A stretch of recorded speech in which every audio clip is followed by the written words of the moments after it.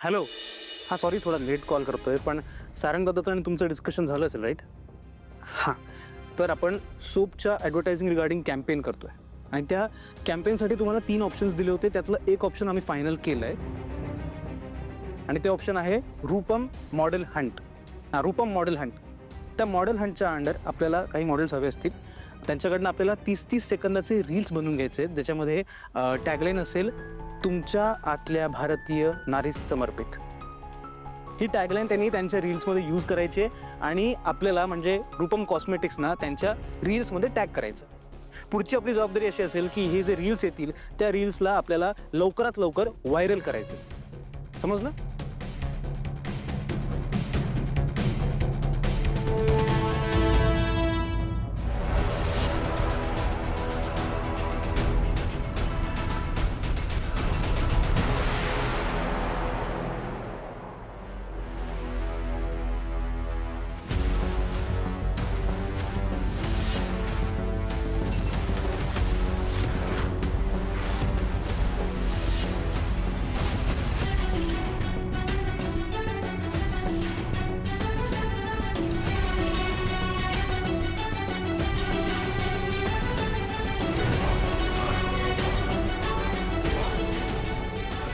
कष्टाने घरच्यांसाठी भाकरी मिळवणं हेच माझ्या आतलं सौंदर्य.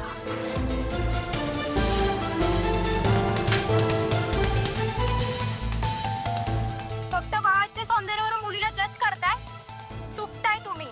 हे आहे भारतीय स्त्रीचं आतलं सौंदर्य. मग हे पाहिलं तुम्ही? तेच बघते. चांगली आयडिया आहे, पण काय झालं? उलट सोशल मीडिया मार्केटिंगचं उत्तम आणि इम्पॉर्टंट टूल आहे. मी तर म्हणेन की सारंगने याचा चांगला वापर केला. सारंगने नाही, त्या पोरीनं माझ्या सारंगचा वापर केलाय. माझ्या सारंगच्या डोक्याचा ताबाच घेतलाय तिनं. ती काहीतरी सांगते आणि हा ऐकतो, म्हणून चाललंय हे सगळं. करेक्ट आहे मॉम. हे मॉडेल हंट अनाउन्स करून सारंगने चॅलेंज एक्सेप्ट केलेलं दिसतंय. फक्त आणि फक्त त्या मूर्ख मुलीमुळे सारंग मॉमच्या विरोधात गेलाय. आय एम 100% शुअर ह्या सगळ्या मागे त्या मुलीचं काहीतरी प्लॅनिंग आहे. प्लॅनिंग? कसलं प्लॅनिंग? तुला माहितीये या कॅम्पेनसाठी फायनान्सर कोणी उभा केलाय? कोणी? जगन्नाथ. त्या मूर्ख मुलीला सारंगच्या आयुष्यात कोणी आणलं? जगन्नाथ. अस्मी सोबत जे काही झालं त्यामागे कोण होतं? मिस्टर जगन्नाथ. आणि आता तर काय, सारंगला मॉमच्या विरोधात उभं केलंय. कोणी? तर जगन्नाथने. जगन्नाथ जगन्नाथ जगन्नाथ, वाटलंच होतं मला. Just as I expected. ही पोरगी आणि तो जगन्नाथ माझ्या घरात फूट पाडण्यात यशस्वी झालेत. नाही वहिनी, हो काय बोलताय तुम्ही? अगं पण नकार द्यायचं कारण काय? कारण मला ते करायचंच नाहीये. सावली, मला सांग, ही आयडिया तुझीच आहे ना? आणि मला नाही वाटत या स्पर्धेसाठी तुझ्यापेक्षा कोणी योग्य राहील. वहिनी, तुम्हालाही माहिती आहे किती कष्टाने आत्ता जाऊन सारंग सरांनी माझ्यात सगळं नीट सुरू आहे. आणि अजून घरच्या बऱ्याच जणांनी, विशेषतः तिलोत्तमा मॅडमने मला नाही स्वीकारलं. मी जर हे सगळं केलं आणि त्यांना कळलं तर ते अजून रागवते. सावली, अगं त्याचा संबंध काय आहे? शेवटी हे बघ, सोनं असतं ना ते चमकतंच. अगं आणि म्हणूनच सारंग आणि तुझ्यामध्ये सगळं सुरळीत झालंय ना. सावली, याला एक संधी म्हणून बघ ना प्लीज, मी सांगते. वहिनी, या बाबतीत नको. सावली, अगं प्लीज एकदा धाडस करून बघ, मी सांगते म्हणून. वहिनी, तुम्ही हट्ट करू नका, मला नाही जमणार.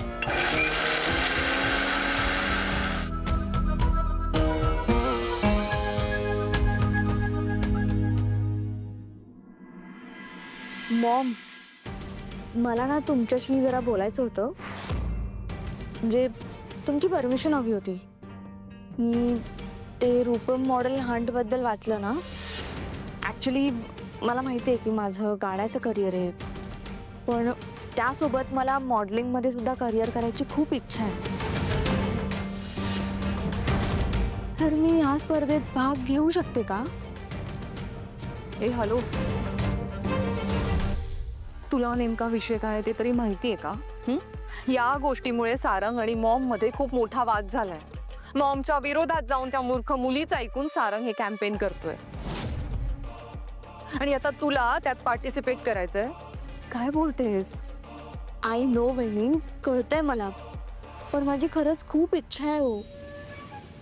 आणि मला मॉमच्या परमिशन शिवाय काहीच नाही करायचंय, म्हणून मी रीतसर त्यांची परमिशन घ्यायला आली आहे. तारा, तू येऊ दे. हो, ताराला मॉडेल हंटमध्ये भाग घेऊ दे. सारंग नको त्या लोकांचा सल्ला घेऊन ही कॉम्पिटिशन रन करणार आहे ना, तेही माझ्या विरोधात जाऊ. करू दे. हा त्याचा इगो बोलतोय आणि हे सगळं कसं हँडल करायचं मला चांगलंच ठाऊक आहे. मी आई आहे त्याची. माझा लेक सुद्धा माझ्याच सारखा आहे आणि माझ्यासारखाच तो आत्ता एरेला पेटलाय. पण तो विसरलाय आपली सौंदर्याची व्याख्या काय आहे ते. सुंदर, अतिसुंदर आणि नितांत सुंदर. आता मी बघतेच या मॉडेल हंट मध्ये विनर कोण होतंय ते. सारंगला काय वाटतंय मला खरंच कळत नाही. त्याच्या आयुष्यात काल आलेली मुलगी त्याला सल्ले काय देते, हा तिचं ऐकतोय काय, आणि ती मुलगी जिला सौंदर्याची व्याख्याच माहिती नाही, सौंदर्याबद्दल काहीच माहित नाही. कोणाच्या विरोधात उभा राहतोय तो? माझ्या स्वतःच्या आईच्या? रूपम कॉस्मेटिक्सच्या मालकीणीच्या विरोधात जाणं एवढं सोपं नाही, कारण मार्केटमध्ये अनेक वर्ष रूपम कॉस्मेटिक्स घट्ट पाय रोवून उभं आहे माझ्यामुळे. मला डावलून, मला न जुमानता स्वतःचं खरं करायला निघालाय ना तो. पण हे एवढं सोपं नाहीये. कळेल त्याला लवकरच.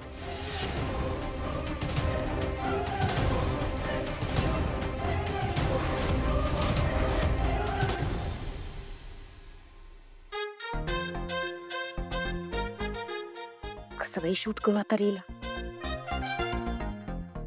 हे ताई, मला ना रील मधनं एक महत्वाचा संदेश द्यायचा आहे. तू शूट करशील का माझा रील? हो चालेल. घे.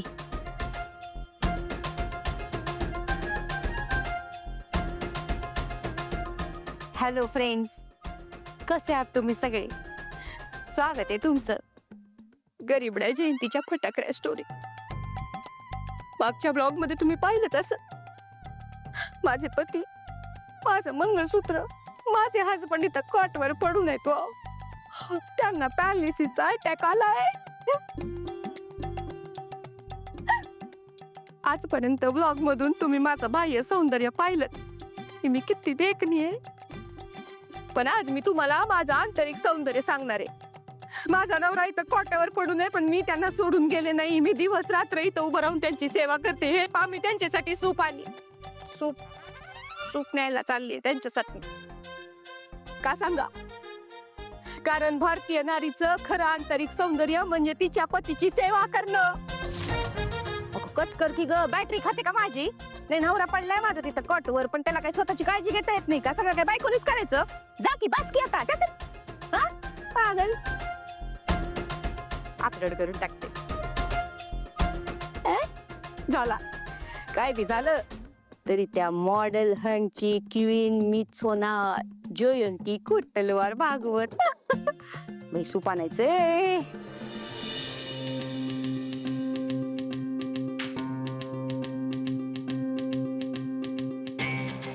फक्त बाहेरच्या सौंदर्यावरून मुलीला जज करताय, चुकताय तुम्ही. हे आहे भारतीय स्त्रीचं आतलं सौंदर्य. दुसऱ्याचं सौंदर्य खुलवणं हेच माझं आतलं सौंदर्य.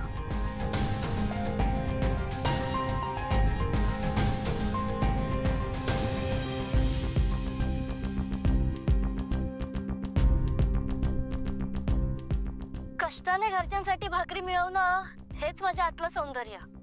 चांगलं आहे.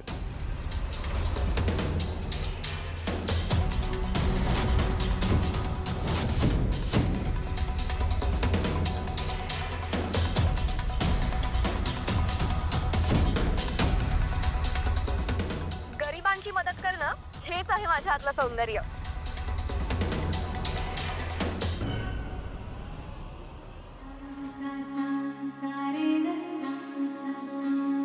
माझे माहेर पंढरी, माझे सासर पंढरी, माझे माहेर पंढरी.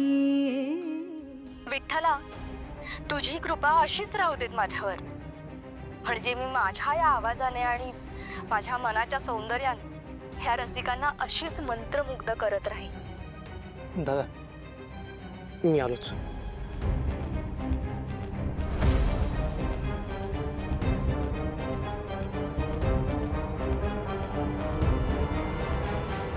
हॅलो तारा, तू आपल्याच कंपनीच्या मॉडेल हंटमध्ये पार्टिसिपेट केलंस? हो सोहम. हो काय अगं, काय गरज आहे तुला? काय गरज होती म्हणजे? अरे मला ना मॉडेलिंग मध्ये पण करिअर करायचं आहे आणि याची सुरुवात जर आपल्याच कंपनीच्या इव्हेंटने करायला मिळत असेल तर काय प्रॉब्लेम आहे? अगं पण एकदा मला विचारलं असतंस तर काही बिघडलं असतं का? सॉरी सोहम, पण मला नाही वाटलं गरजेचं तुला विचारावंसं. तारा,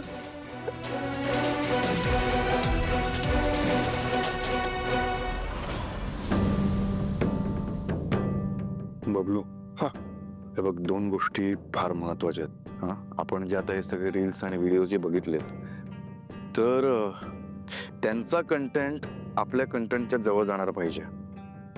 आणि दुसरा मुद्दा असा की जास्त व्ह्यूवरशिप पाहिजे किंवा लाईक्स पाहिजे. ठीक आहे? ठीक आहे. लागा कामाला. हो. सोहम, ताराला पाहून नाराज झालास ना? आता नाराजीचा प्रश्न नाही आहे. मुळात ताराला हे सगळं करायची गरज काय आहे? हा इव्हेंट आपलीच कंपनी करते. काय हरकत आहे? तिची इच्छा असेल तर करू दे ना तिला. आणि चांगलं आहे ना, जर टॅलेंट आपल्या घरातलंच असेल तर बेस्ट आहे आपल्यासाठी पण. अरे दादा, तुला पटतंय हे? ऑफकोर्स. ठीक आहे.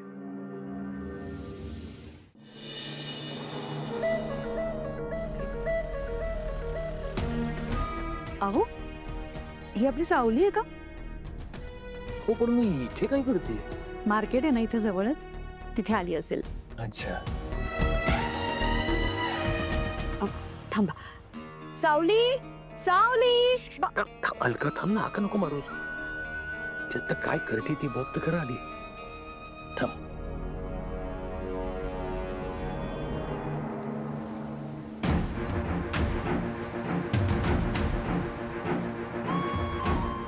हे का? तुमच्या आतल्या सुंदर भारतीय नारी समर्पित असं काहीतरी सुंदर काम आता माझी लेख करणार आहे बघ.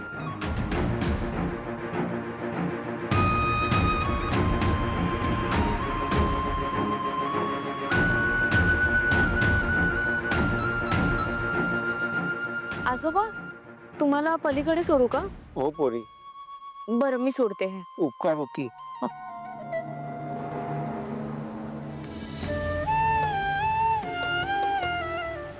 हो, हे का?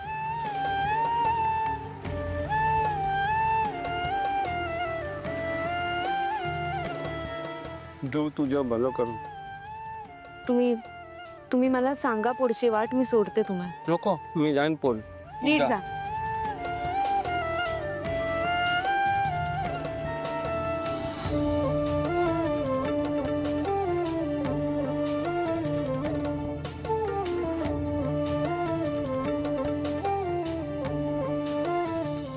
हे काय करताय तुम्ही आता? माझ्या लेकीनं आता जे केलंय ना ते रूपम मॉडेल हंटसाठी एक आदर्श व्हिडिओ दिलाय. कळलं का? आता माझी लेख या स्पर्धेत भाग पण घेणार आणि जिंकणार पण. देवा, बारीक लक्ष द्या. घ्या घ्या घ्या घ्या घ्या. काजू कतली गोड करा. काजू कतली गोडच असेल ना, तोंड गोड करा. ते म्हणतात ना, कॉलेज के बिना नॉलेज नाही और फायनान्स के बिना बिझनेस नाही. असं जे कोणी म्हणत असेल ना त्याला आधी इथे घेऊन ये जा. तिलोत्तमा, मी तुला म्हणालो होतो ना, सारंगची आयडिया मला फार इंटरेस्टिंग वाटते. इनफॅक्ट मला आपल्या इंडस्ट्रीच्या अनेक लोकांचे कॉल झालेत त्यांनाही त्याचा कॉन्सेप्ट फारच आवडला. अच्छा, म्हणजे तुझा प्लॅन वर्क करतोय तर गुड, व्हेरी गुड.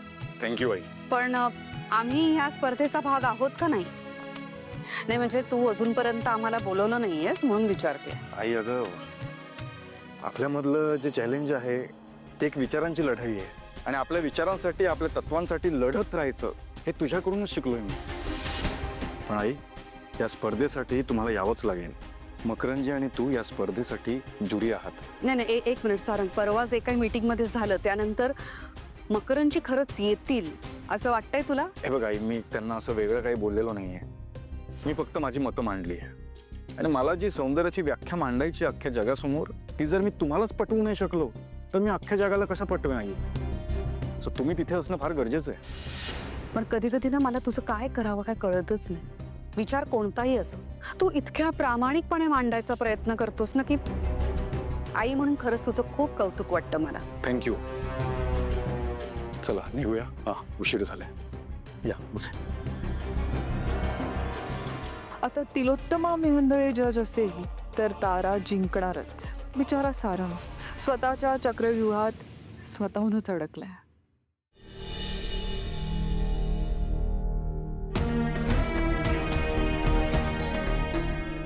सावली, हे बघ, मी मनकवडा नाहीये.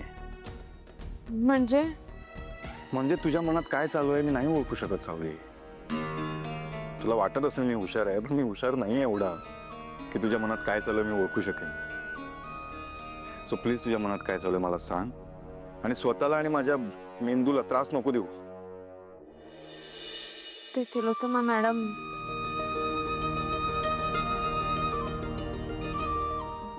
बस बोल, आईचं काय? मला सारखं असं वाटतंय की माझ्यामुळे तुमच्या दोघांचं नातं बिघडतंय. जर मी नसते ना तर सावली, असं काही नाहीये. तुझ्यामुळे काही नातं वगैरे बिघडत नाहीये. आमच्यात वैचारिक वाद सुरू झालेत आणि ते होणारच ना. अगं साहजिक आहे. इतक्या वर्षांपासून आम्ही जो विचार करत होतो त्याच्यापेक्षा वेगळा विचार करण्यासाठी तू प्रवृत्त केलंयस. पण त्याचा परिणाम घरावर होतोय ना. सावली, या जगात ना दोन गोष्टी शाश्वत आहेत. एक म्हणजे मृत्यू आणि दुसरा बदल. आपण कितीही नाही म्हटलं ना तरी बदल होणारच, नैसर्गिक आहे. आणि जेव्हा बदल होईल तेव्हा तो शांतपणेच होईल याची गॅरंटी नाहीये. वैचारिक मतभेद होतील, वाद होतील, भांडणं होतील, दुसरे फुगवे होतील, पण बदल होणार, बदल घडणार. असंच होत आलंय सावली, असंच होतंय आणि असंच होत राहणार. आता आपल्या घरात पण बघ ना, इतक्या वर्षांपासून एक सिस्टीम चालू होती, ती सिस्टीम बदलते आता आणि बदलणं पण फार गरजेचं आहे. सो त्यामुळे आपण काहीच नाही करू शकत. आपण फक्त एवढंच करू शकतो की टेन्शन घ्यायचं नाही. त्या वेळेला जे योग्य वाटेल ते करूयात. फेस करावं लागेल आपल्याला. तू काळजी नको करू, तू झोप आता, बघू आपण.